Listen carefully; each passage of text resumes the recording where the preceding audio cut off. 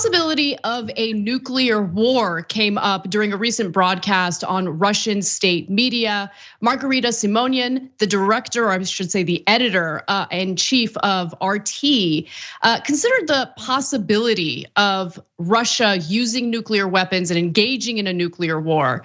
And what really stood out was kind of like the nonchalant nature that this conversation was being had. Let's take a quick look at the video and we'll discuss. Или мы проигрываем на Украине, или начинается Третья мировая.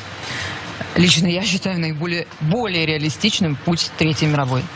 Ну, потому что, зная нас, зная нашего руководителя Путина Владимира Владимировича, вот самое невероятное, что в конце концов все это закончится ядерным ударом, мне представляется все же более вероятным, чем вот такое развитие событий. К ужасу моему, с одной стороны, с другой стороны, к пониманию, что, ну что, значит так. Знаешь, меня... Но мы-то в рай. Да, меня... Они просто...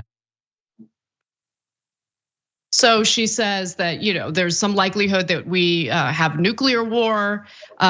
She says on one hand, it's something that horrifies me. On the other hand, it is what it is. And then the anchor of that program, Vladimir Solovyov, jumps in and basically says, well, we'll go to heaven while they will simply croak.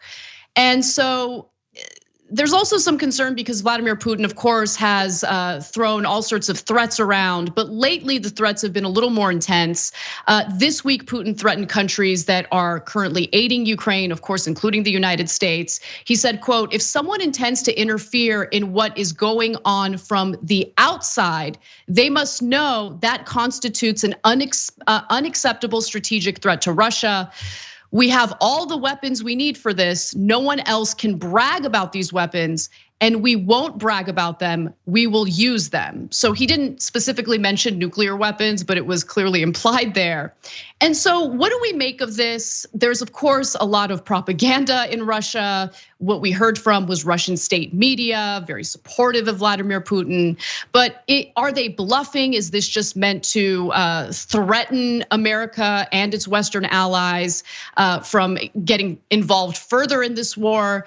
It's really a big question that is being discussed right now. And so I'm happy to bring on a guest, a longtime friend of the show, an incredible woman, incredible reporter, Alona Minkowski, who actually used to work at RT long ago, and is currently an award-winning host, writer, and producer. Alona, thank you so much for joining us. Hi guys, thanks for having me. So you recently wrote a piece that I really appreciated. It was published in the New Republic titled "Life Behind Russia's Veil of Misinformation. Putin's regime spares no effort in distracting and propagandizing the citizenry, but it's the lies of omission that do the most damage." Before we get to your piece and some of the insights that you provide, what do you make of that segment that we showed where they're discussing the possibility of going to nuclear war? Well, on one hand, of course, it's terrifying to hear people, like you said, sort of nonchalantly talking about it, but it also is just part of the entire show, right, that has been consistently put on to convince the Russian people to support this war, and it keeps evolving and becoming more extreme. If you listen to the commentators, and I think that that's what happens because they have to keep justifying the fact that this war is still going on. But what I thought was interesting that Margarita said is, it's either we lose in Ukraine or there's nuclear war, which I think just tells you a lot about the messaging there from the Kremlin, from the Russian government, right? And those commentators who effectively represent the Russian government, which is that losing isn't an option. And it's all about trying to paint this like very stark black and white, good versus evil picture to convince the Russian public that they are the heroes in this situation.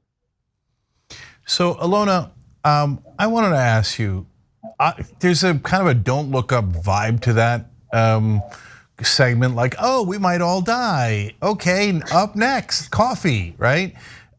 Should you have it with lunch as well? So now, I imagine that the reason that anchor that is very well connected to Putin is saying it is because she's trying to relay Putin's bluff to the rest of the world. But then I paused and thought, how sure are we that he's bluffing? What do you think? I don't know, is the very honest answer. And it's one of these situations where over the years, no matter how many interviews I've done about Russia, people have always asked me, well, what is Putin thinking? As if I'm supposed to have insight into what's going on inside of his mind. And the truth is that I've been wrong most of the time. And that's how I felt with this war when it actually started, when he invaded Ukraine. I was genuinely shocked because I never thought that he would go this far, and part of that is because he's been played up as this master strategist in the way that the world looks at him. But clearly he's a madman, and I don't think that he's someone who functions rationally. And so while I hope in my heart of hearts and would love to believe that all of this is just a bluff, I can't really honestly say that, but the truth is, yes, I hope that you're right. I hope that that's the case. I hope it's just meant to kind of show this very powerful image more to Russians than to send any realistic message to the rest of the world. Yeah, I like that you pointed to the fact that you were wrong in the beginning of the war, because so was I in terms of my predictions. And I remember once the invasion happened, one of the people that I was furious with, I never vocalized this, was Rachel Maddow and all of the corporate Democrats who spent the entirety of the Trump administration, really just fear mongering about Russia to the point where all of the warnings coming from the State Department in regard to Russia's invasion into Ukraine just felt like the boy who cried wolf. And I dismissed it, right? And it always feels like, especially the State Department is looking for the next boogeyman in order to, have some sort of excuse to funnel more weaponry or more military aid to defense contractors, more military related money and spending to defense contractors. But it turned out that Vladimir Putin actually did do this invasion. And you're right in saying or using the word irrational, because it really does go against his own interests. I mean, the Russian economy is struggling right now. Inflation is up to 20%. It's likely to go higher. There is a little bit of leverage that Russia has because so many European countries are dependent on Russia for its fossil fuels. But so far, regardless of how devastating this might be to the Russian people, Putin has decided to keep chugging along. He thought he was going to be in and out, but it turns out that there was far more resistance than he expected. And what I also found really interesting is that he's decided, much like Donald Trump did when he was in office, to surround himself with yes men, to surround himself with an intelligence community that doesn't actually give him intelligence, but rather just tells him what he wants to hear. And I think that's a really interesting part of his strategy because it is putting him at a significant disadvantage. And so can you talk a little bit about what happens to anyone who might disagree with him, including individuals who might be giving him information he doesn't want to hear, but could actually help him? Yeah, I mean, God, there's a lot of points that you made there that I want to kind of comment on, which is that, yes, I was with you in the beginning of feeling kind of angry and annoyed at a lot of the alarmism that we saw toward Russia for a long time, because it did for many years seem to go counter to what was actually happening. But so in the same way, right? I was caught off guard when this invasion actually happened. But yeah, I mean, we've seen that this is a huge problem that Putin has created for himself in not allowing anybody around him to actually speak the truth. And this is kind of a classic, dictator, dear leader issue, is that when you're only surrounded by yes men, then you aren't getting fully unfiltered information. And honestly, I know we'll talk about my piece in a minute, but it kind of goes to my point there about omission and how excluding information and excluding the truth is something that just gets you even farther and farther from it. But it's an incredibly dangerous environment right now for Russia, for anybody who speaks out against this war, not just for activists or for regular people who can't post anything about it. They can't say anything wrong for fear that somebody might turn them in. So many of my friends, I know a lot of people who have either had to just pick up and leave and flee the country, not knowing exactly what their plan is, or people who who are planning to leave, right? But just desperately trying to get documents so that they do have a place to go and a place to be afterwards. But we have already seen too that there have been some officials from the FSB who have just disappeared or been imprisoned. There is no room to give unvarnished truth to Vladimir Putin. And I think that will be his downfall. But unfortunately, in the meantime, a horrific war and an incredible loss of life is happening. So Ilona, that does bring us to your piece, because you talked about how there's pretty much one side of the story, and that is it in Russia because of the state of media in Russia. And that is why people appear to be living in delusion. And you even talked about your own mom, who is in the Russian parliament, and how it's hard to get her information that she believes, right? And it kind of reminded me of what right-wing media does here in America. But instead of 30% of the country losing its mind, it appears that almost all of Russia has. Now, of course, not all. I say almost because there's some of the bravest, most wonderful people who are dissidents and protesters and journalists, et cetera, in Russia. But it struck me that the power of propaganda is overwhelming when there's only one source of news. Yeah, and it's painful to see that, right? And incredibly upsetting to know that just all of the information and air has been sucked out of the room when it comes to the majority of the Russian public, because the majority of the public, especially older populations, do get their their news from TV, which is all state-run media at this point. And a lot of younger people or people who want to be seeking out other information or using VPNs to bypass some of the blockages and the censorship. But still, it's not like you can then post about it and share it with other people or even necessarily talk about it. And don't forget that it's estimated, the last estimate I saw was that 200,000 people have left and fled the country. And those are the people who tend to be, I think, the most aware of what's happening, awake to the situation, the most resistance-minded. And so in this piece, I was trying to come up with answers. I mean, we have a problem with disinformation all over the world. And we're, there are lots of conferences. As I mentioned, Barack Obama has launched a whole campaign to try to fight it. But in a case like this too, with the war in Ukraine, you just have to try to understand or try to wrap your head around how is it that people are rationalizing supporting a bloody, horrific, unjust conflict. And it's that they're not getting other information for the most part. They're being shown this story of Russian heroism, of taking out Nazis. It's something I've spoken about before, but I think that Vladimir Putin has very strategically used Russian history, at least the parts that are to his advantage of Soviet history, like bravery in World War II to help amplify and kind of nurture this support for this war and this denazification of Ukraine.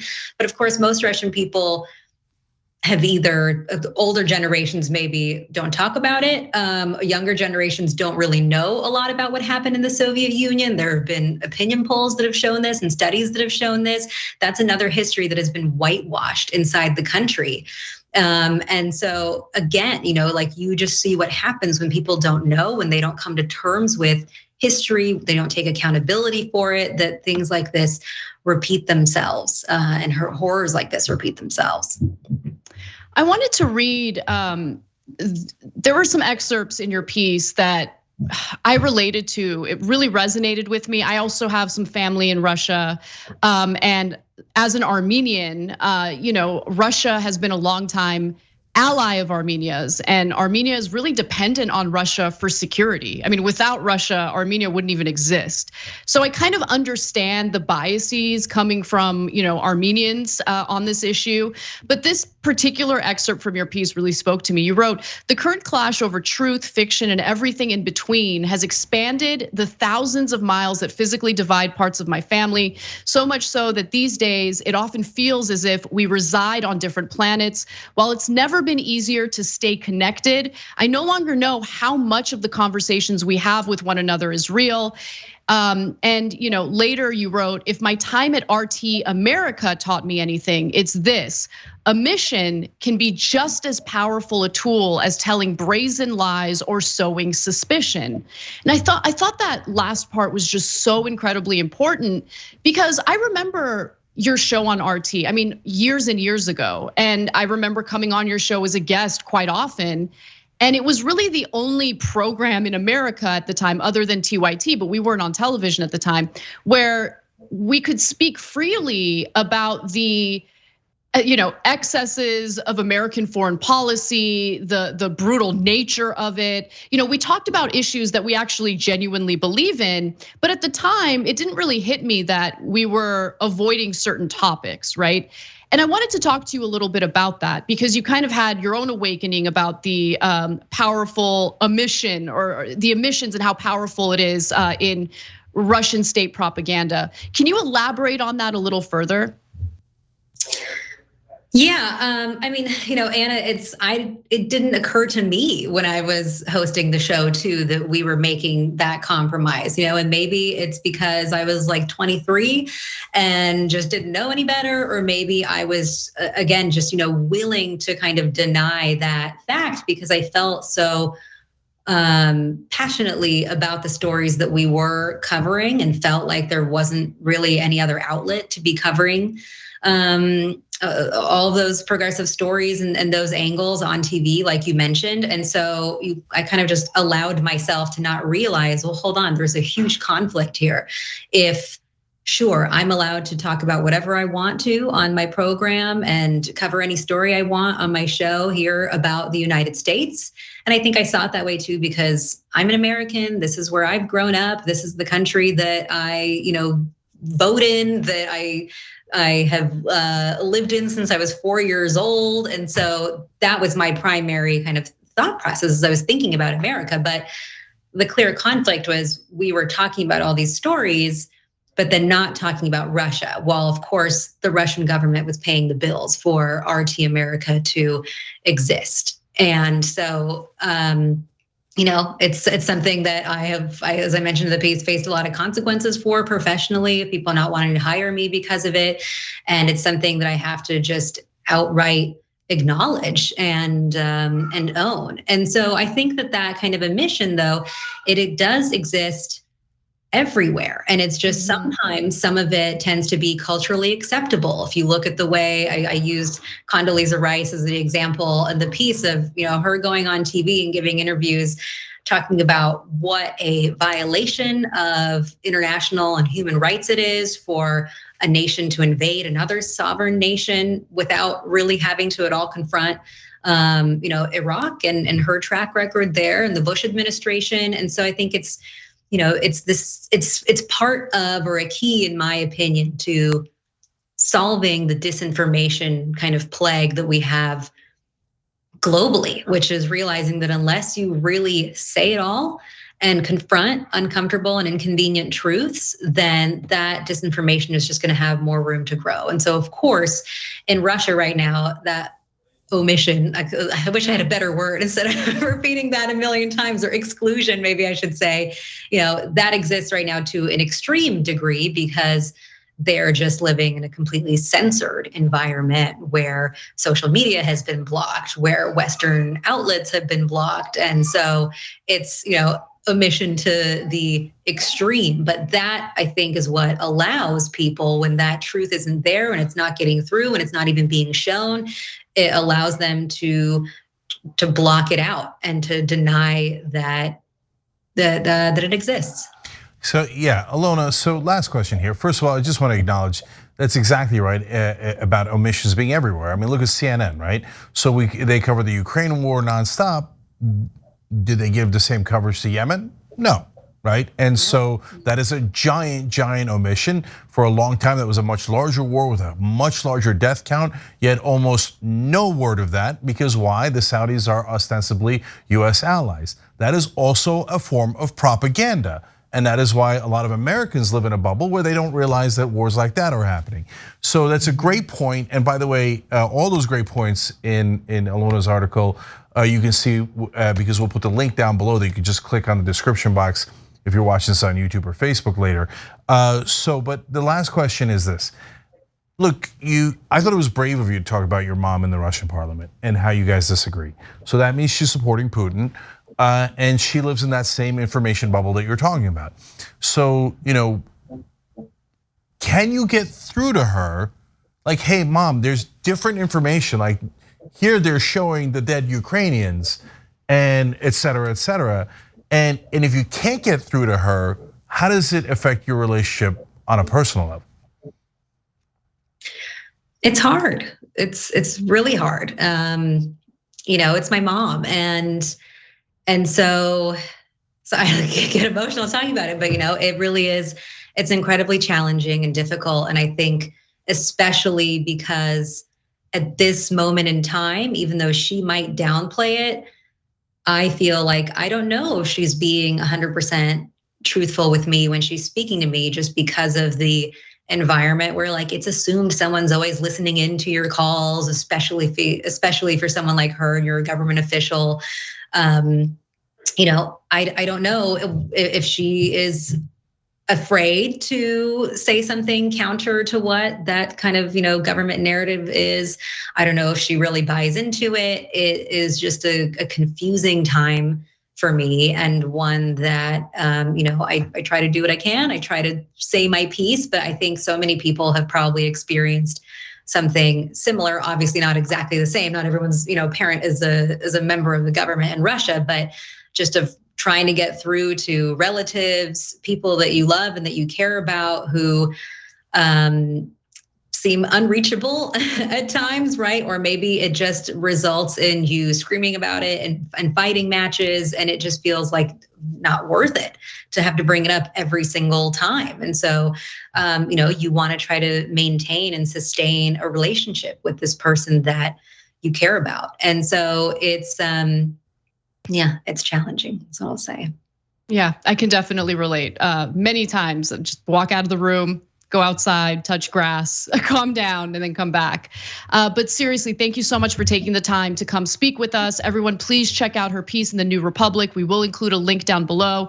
Life Behind Russia's Veil of Misinformation. Alona, thanks for coming on. I hope you'll come back again soon. Thank you so much. It's been great to be back on with you guys. Thanks for watching The Young Turks. Really appreciate it. Another way to show support is through YouTube memberships. You'll get to interact with us more. There's live chat emojis, badges. You've got emojis of me, Anna, John, JR. So those are super fun. But you also get playback of our exclusive member-only shows and specials right after they air. So all of that, all you gotta do is click that join button right underneath the video. Thank you.